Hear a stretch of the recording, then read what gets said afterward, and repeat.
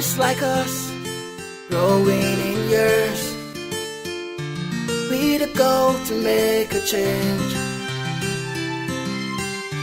of the world around your race. They've been able to set the pace.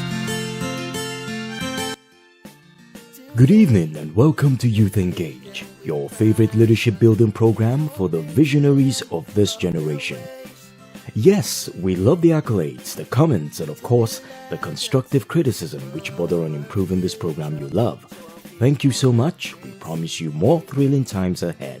Today, our focus is on the man whose marriage and accomplishments hold great message for all of us. He is the Prince of Ada Kingdom in Osun State, southwest Nigeria, Prince Michael Ayotunde Ponnle, whose wife, Mrs. Funke Ponnle, unfortunately passed on a few years ago.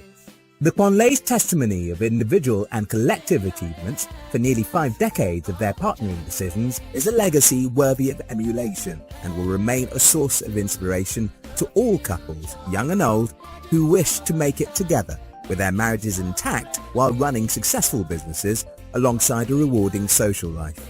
Welcome to another enthralling Youth Engage. Prince Michael Tunde Ponnle was born on the 24th of December 1939 into the family of late Chief Job Ponnle, the Alawe of Ada Kingdom, and Madam Oyaweola Awele Ponnle from the same community. Pa Michael Tunde Ponnle lost his mother at the age of 9. Michael Ponnle was a brilliant pupil, one of the best 3 in his class. After completing his primary school education in 1953, he imagined furthering his education at secondary school like other kids in the neighborhood.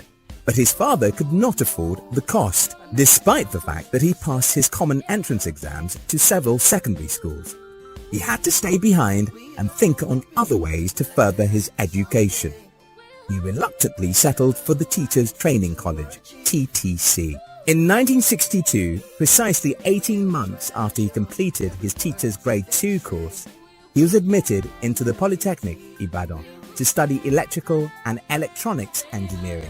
He later transferred his studies from the Polytechnic to the Post and Telecom Training School at Oshodi, Lagos, where he eventually completed his program. He worked briefly with a P&T school before getting married to his heartthrob, Princess Comfort Olufunke Ponnle ní Fábùnmi, on the 26th of April 1966 in Ibadan.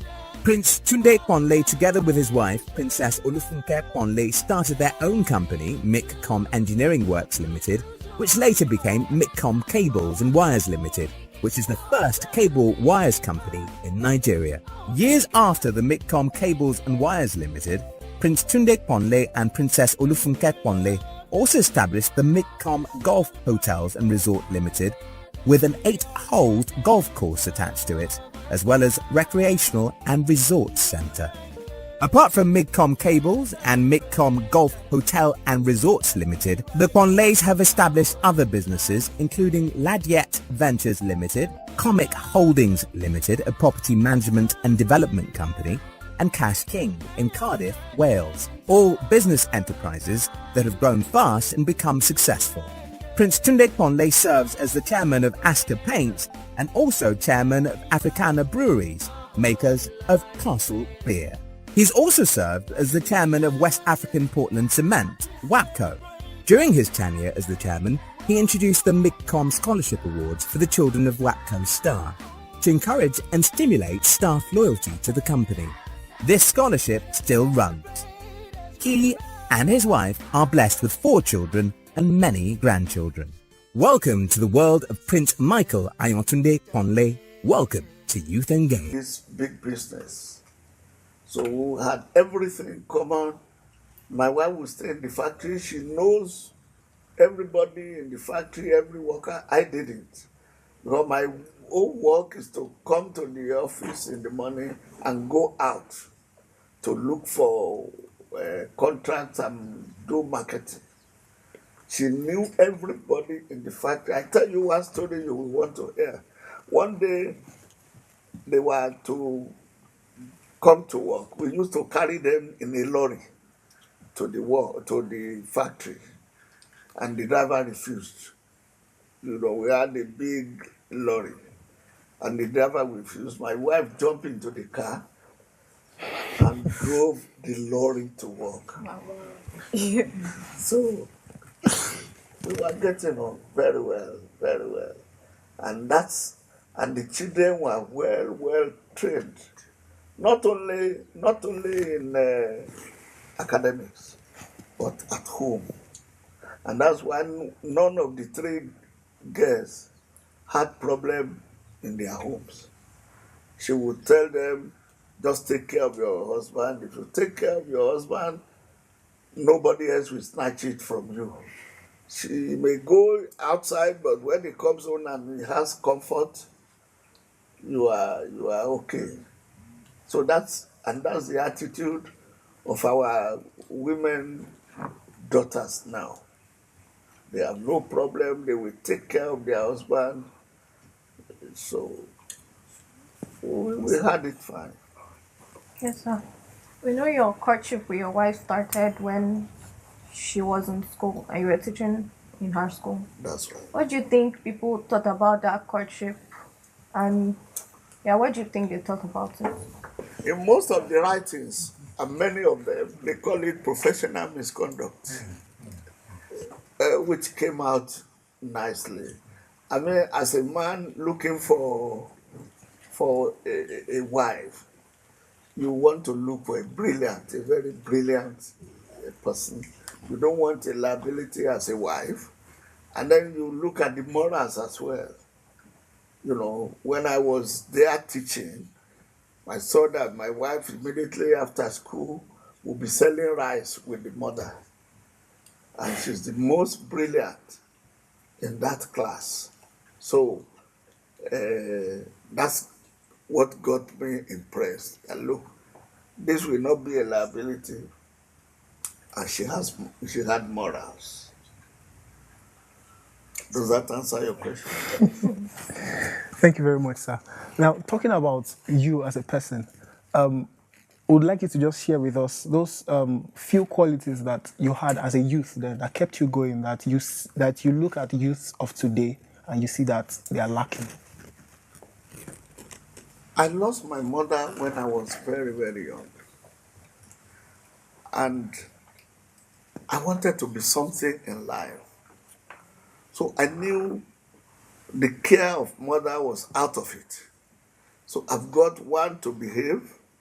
I've got to impress my father so that he will be happy to find more. In those days, they borrow money. Farmers, I mean, my dad was farmer stroke trader. So if I didn't impress my father, he would not go out to borrow money to train me. So I had that focus that I must do well. And when the matter of secondary school versus teacher training came in, when I had to realize my dad had no money for secondary school. Well, I wanted a secondary school qualification. So I have that urge, that ambition to be an engineer. I was even thinking of being a doctor. But along the line, I knew even when I was teaching as a grade 3 that I loved to be an engineer.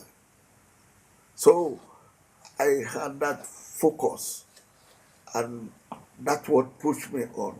Even when we came back from UK, things were not good. I started as a technical instructor at Oshogbo. Then my wife was working as a technical officer at WNTV. But we still said we must start a company of our own. So that's the ambition we have, and we pursued it. And by the way, Mycom is Mike and Comfort. So we keep on pursuing it. When it was rough, we started as contractors, electrical contractors. But our goal was to have a factory. So every penny that we had, my wife would save it. I remember During the time they were buying pigeon cars, that's when we were building this. And my wife refused me to buy a pigeon car. We were using second-hand cars. He said, until we get to a level, the factory is at a level that they will call it a factory, I will live well. No big car. And that's why it took us long, very long, to be able to have a new car.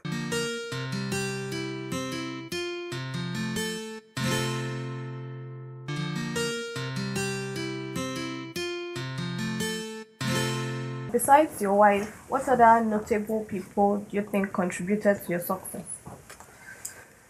A lot of them, but for now, I can remember I had a teacher when I was in primary school, and because I was very brilliant, that would talk to me about future. Keep on, keep on, keep on. Don't derail, don't derail. Keep on being in the first three. Even when you leave here, you will advise me. You know, teachers are like God in those days.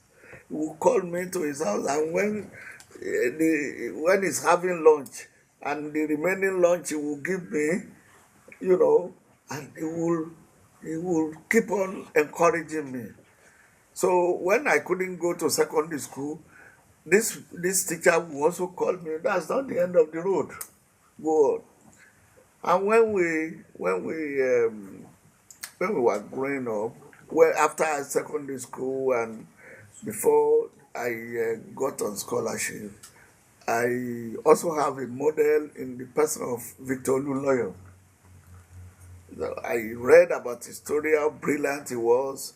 He was a mathematician, and we became friends. And I would look at him and say, one day I will make a name like this man, because Dr. Victor Oluloyo made names when he was a lecturer. So, and then we came on and came back to start a business and so on. And we met another role model in person of one Chief Eno Idowu. Chief Eno Idowu was an industrialist, but you won't know. He has so many factories, he has so many properties in Lagos, but he's such a simple, quiet man who would do anything to help, especially Ibadan people. He employed a lot of Ibadan people, and today, most of them in high positions. It's late now.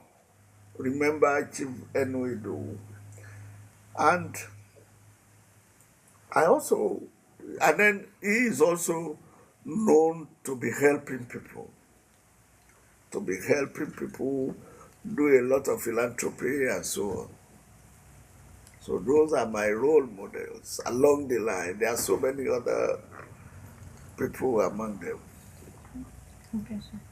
Okay, thank you, sir. Sir, how was life like when you lost the closest person you ever had? Very difficult. See, very, very difficult, because I said we were doing everything together right from the beginning. In fact, we were playing golf together.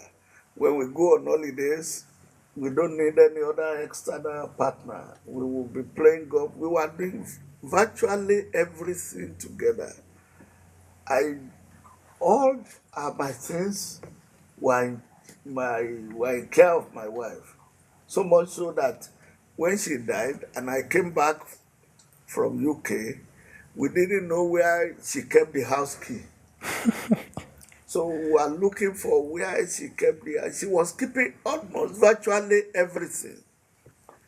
So until after some time, the driver said, yeah, mommy used to go to this place. And that's why it's difficult for me to even think of anybody now.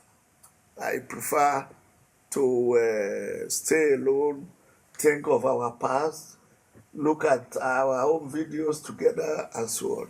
As you can see, you have our photographs all over the place, everywhere.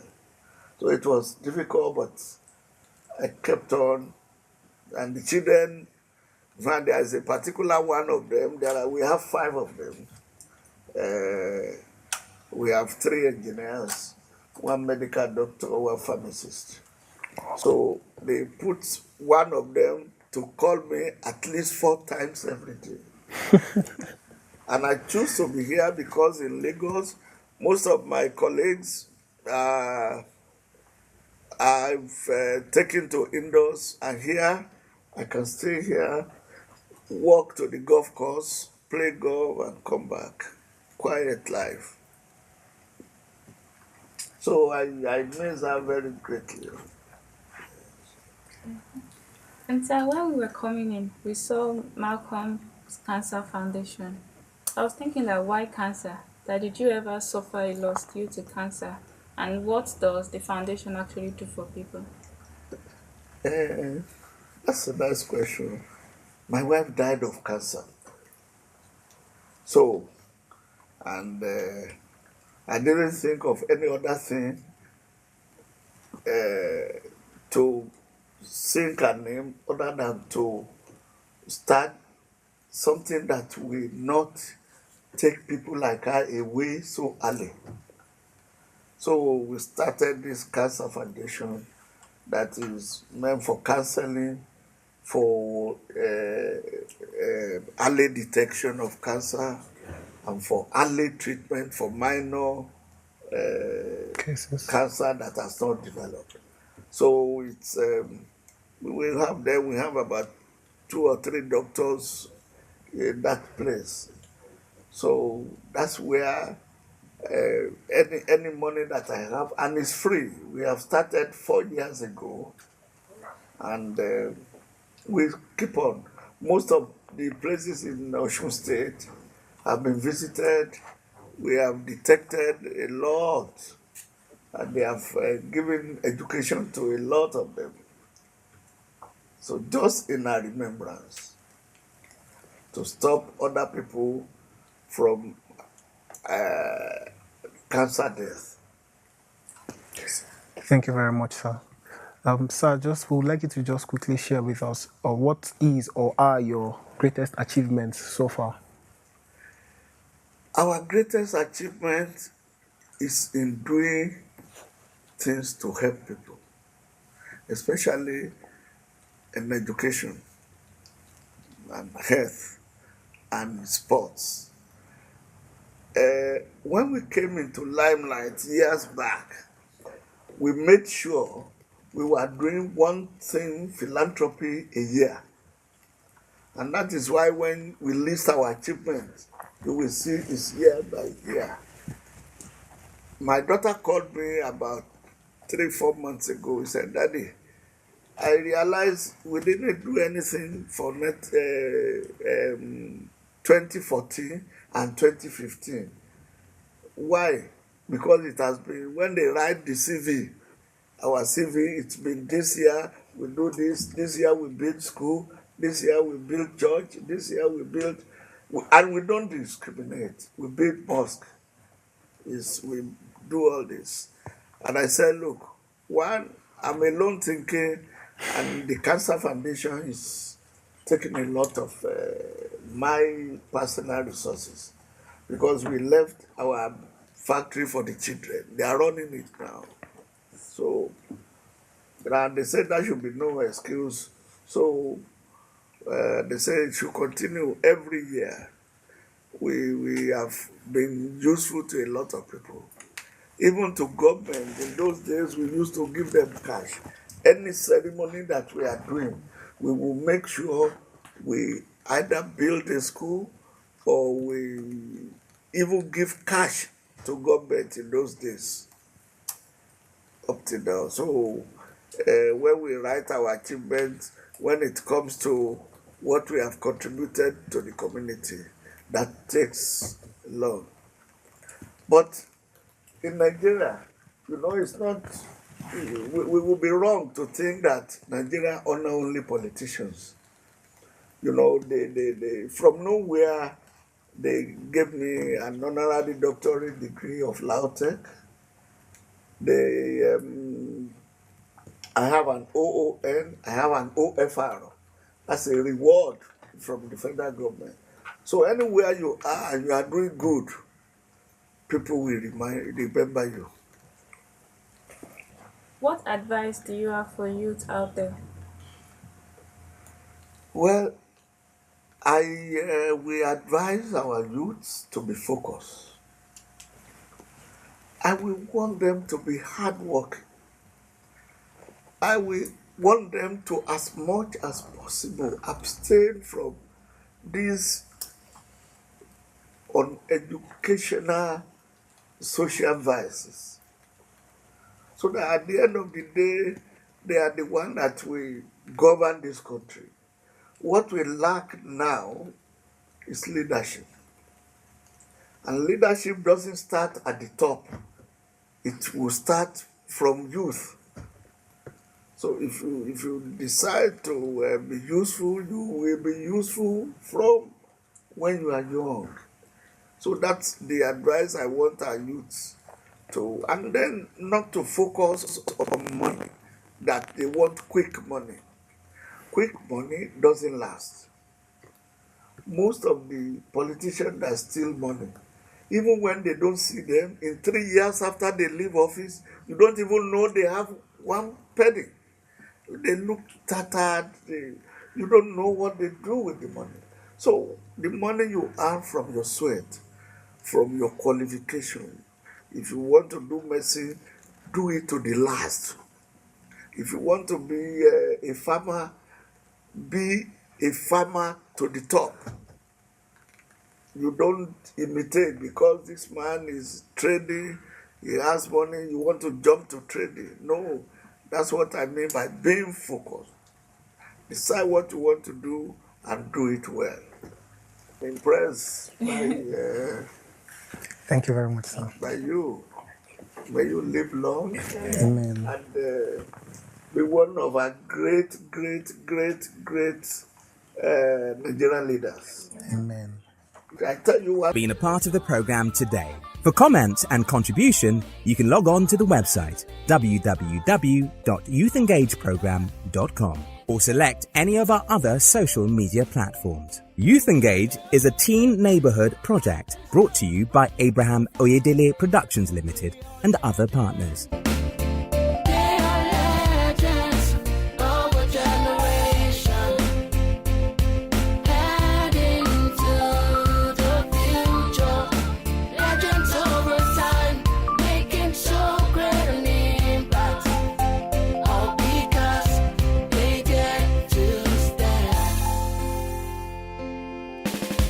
Life to us is like a book to read, like a record waiting to be broken.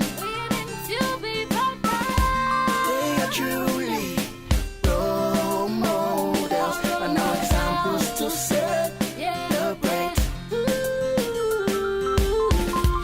We are hoping to be like them someday.